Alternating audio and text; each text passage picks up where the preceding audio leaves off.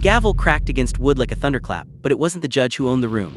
It was Donald J. Trump standing tall with that smug grin plastered across his face, eyes fixed on Congress like he had already won. "She's a liar," he roared, stabbing a finger toward Jasmine Crockett, his voice vibrating through the chamber. "A liar and a threat to this nation. And if this Congress had any backbone, they'd hold her accountable for her poisonous allegations." Gasps rippled like shockwaves. Crockett hadn't even spoken a word, and already the storm was unleashed. The room didn't breathe, and in that silence one truth was clear: this wasn't going to be a hearing, it was going to be a siege. At first, Crockett looked cornered. The interruptions came like bullets, Trump barking insults, Justice Clarence Thomas chiming in with solemn disapproval, Senator J.D. Vance leaning forward like a prosecutor circling prey. Questions overlapped, accusations layered over each other, until her voice was drowned under a tidal wave of noise. It was like three men shouting over her, a chaotic, bad barbershop quartet. For a split second it seemed to work, but then it happened. She slammed her folder on the table so hard it echoed like a gunshot, raised her hand and demanded silence. "This is not a circus," she thundered, eyes blazing. "This is Congress, and Congress has a constitutional duty to question every official, including the judiciary, when public trust is at stake." The room froze. Her voice cut sharper than Trump's roar. The battle had truly begun.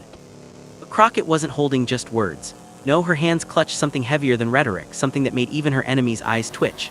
She reached into her bag and drew out a secure red folder, its seal unbroken, and beside it a small silver USB drive that glinted under the fluorescent lights. You could almost hear the air leave the room. Imagine watching your opponent pull out a folder you didn't even know existed. That's the fear that hit Trump's face.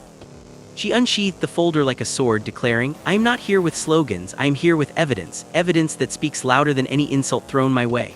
The murmurs exploded like fireworks. Trump's confidence faltered. He leaned back, but his eyes never left that folder. Something told him, something inside that smug armor, that whatever lay in those files was a weapon he could not laugh away. Her first strike came clean. She invoked the Ethics in Government Act. "Every document I hold is verified by the very agencies these men swore to uphold. Treasury, National Archives, government records, not my words, their own signatures." She paused, letting the weight sink in, then cracked the folder open with theatrical precision. The first sheet slipped into view, a financial transfer request sealed under executive privilege. The bold lettering screamed secrecy. "This," she said, waving the paper high, "is part of a concealed paper trail." Gasps erupted again. For the first time, Trump shifted uncomfortably. Clarence Thomas's jaw locked. And just like that, Crockett had her first upper hand, but what she revealed next left the entire courtroom speechless. She laid out judicial financial disclosures with a surgeon's calm, slicing away their denials piece by piece. Documents revealed large, undisclosed gifts, travel perks, and suspicious transfers flowing directly to sitting justices and their families. The chamber tightened, the silence punctuated only by frantic scribbles. She exposed a single trip, a staggering $890,000 hospitality package for a justice, paid in full by an entity that, oh, what a coincidence, filed a brief with the Supreme Court weeks later. Even worse, that entity was linked to a MAGA legal fund. Crockett leaned in, eyes locked on Trump. "Tell me," she said with a razor's edge smile, "do trips to paradise count as judicial impartiality in your America?" The crowd chuckled, tension snapping into humor for a heartbeat. Trump didn't laugh, his face tightened. The escalation was brutal. Crockett detailed a chain of executive authorizations, a financial pattern threaded through a maze of shell organizations. A $1.2 million transfer rooted with surgical precision landing in political defense funds branded with Trump's own name. She dragged her finger across the page, showing each step like arrows in a crime board. What, why, who, how, when, where. Each word landed like a hammer. This wasn't random. This was design. And then came the date, the eerie fingerprint of corruption. Over and over again, across multiple documents, the same timestamp appeared, March 14, 2020. A single date echoing like a ghost, marking transfers, authorizations, signatures. This was coordination. The same hand, the same network, repeating itself until the trail could no longer be ignored.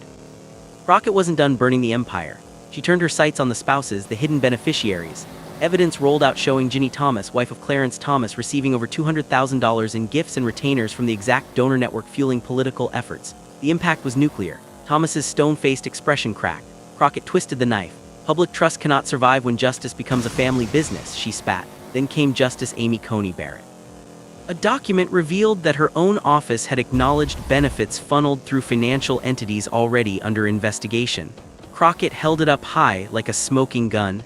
"They signed it, they acknowledged it, and yet they never disclosed it." A hush fell so heavy you could hear a pen drop. Truth is louder than privilege. But the twist came when Crockett unveiled Trump's own signature. a document titled the Executive Courtesy Program, a shadow directive authorizing private gifts and travel perks for the judiciary. She slapped it on the desk, finger jabbing at the ink. This is not policy. This is not law. This is bribery wrapped in executive stationery. The chamber exploded. Trump himself jumped to his feet, red-faced, jabbing his hand in the air, muttering about witch hunts. But Crockett waited for the noise to collapse back into silence, and then, like a dagger through the heart, she revealed the final strike of Part 1. It was a contract, a judicial resource allocation agreement. The paper bore two signatures side by side, Donald J. Trump and Clarence Thomas. One authorized, the other acknowledged receipt. It was undeniable, irrefutable, catastrophic. This, Crockett declared, her voice like fire, is proof that the executive and judicial branches have been financially tied together. Suddenly, the once mighty Trump sat deflated, his bluster dimmed, his eyes darting like a cornered animal. Crockett wasn't reckless, she anticipated the counterpunches. Every single document you see here, she declared, raising her folder high once more, has been verified by the National Archives and the Treasury Department. Forgery is the fantasy of the guilty, not the defense of the innocent. Her words silenced even the most loyal defenders. And just when the audience thought it was over, Crockett twisted the knife again. She announced that an independent ethics audit had already been triggered, spearheaded by the Office of Government Ethics, zeroing in on the mysterious March 14th transactions. The date that had haunted every document was now the epicenter of an official investigation. But this was only the beginning. Trump wasn't a man used to silence. He slammed his fist against the table, his voice clawing for dominance. This is fiction, lies stacked on lies. She's trying to destroy the court, destroy me, destroy America itself. His words, once thunderous, now cracked like glass under strain. Trump smirked like a gambler holding a fake ace, but Crockett was about to flip the whole table. Donald, she said softly, slicing the tension with a single word, if this is a show, it's the first one where your ratings are plummeting. The chamber erupted in laughter, the kind that multiplies humiliation by 10. Trump's face turned the color of a stop sign. For once, he had no comeback. But Crockett wasn't basking. She unveiled her next weapon, a timeline chart projected for the chamber. Bold dates, highlighted transfers, all circling back to that cursed day, March 14, 2020. What we have here is not random, it's not sloppy, it's coordinated corruption. Her finger stabbed the board, executive authorization, judicial acceptance, political funds, over and over on the same date. This is a system, not an accident. The tension thickened. But you haven't seen the most damning piece. The folder opened again. Out came communication logs, emails, and memoranda with one chilling detail. Trump himself had personally approved certain transfers with handwritten notes, his scrawled Sharpie signature leaving no room for denial. One note even read, "Move it quickly, March 14. Crockett slammed it down. How, why, who, where, when? Every question answers itself in his handwriting. The chamber erupted again with gasps. The Titan was cracking. She shifted gears, speaking not to the villains, but to the people watching. This is about identity. Do we want to be a nation where justice is auctioned off to the highest bidder, or do we want to be Americans who can look at the law and believe it still belongs to us? But then something happened that no one expected. J.D. Vance tried to derail her momentum. He pounced on her words like a cat chasing a laser pointer. Congresswoman, if all this is true, why didn't you bring it sooner? Why wait until now? Crockett turned slowly, locked eyes with him, and delivered a knockout line. Because evidence doesn't run on your campaign schedule, Senator. It runs on the truth's timeline. The crowd roared, and Vance's smirk melted faster than ice in July. Humor struck again. Crockett looked around the room.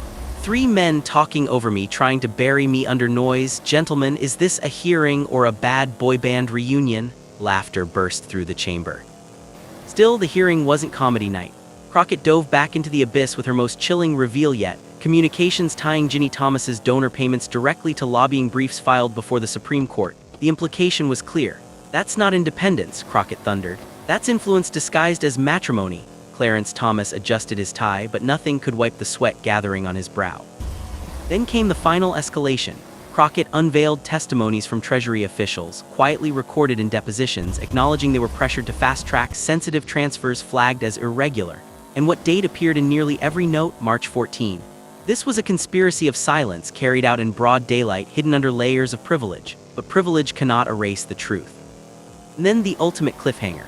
Crockett leaned back, folder nearly empty, and said, "But what I've just revealed is not the full story. There is still one more document, one that I will not release here, but has already been delivered to the Office of Government Ethics. A document that makes this scandal not just a matter of corruption, but of national betrayal." The chamber gasped, jaws dropping. What could possibly be worse than what they'd already seen? She let curiosity gnaw at everyone's mind. She rose from her seat, folder in hand, and faced the chamber with calm steel in her voice. I came into this room branded a liar. I leave it having spoken with evidence, with proof, with truth that cannot be drowned out by shouting or buried under privilege. I am not here to destroy the Supreme Court. I am here to save it. The crowd roared, the villains fumed. The war had only begun. Because now the Office of Government Ethics would dig into March 14 and the world would soon learn whether the documents Crockett held were only the beginning of a scandal that could shake the foundations of the Republic. The gavel struck one final time, but the sound was different now. Not the thunder of control, but the toll of reckoning. And in that moment, one truth burned brighter than all. When evidence speaks louder than power, even the mighty must fall silent.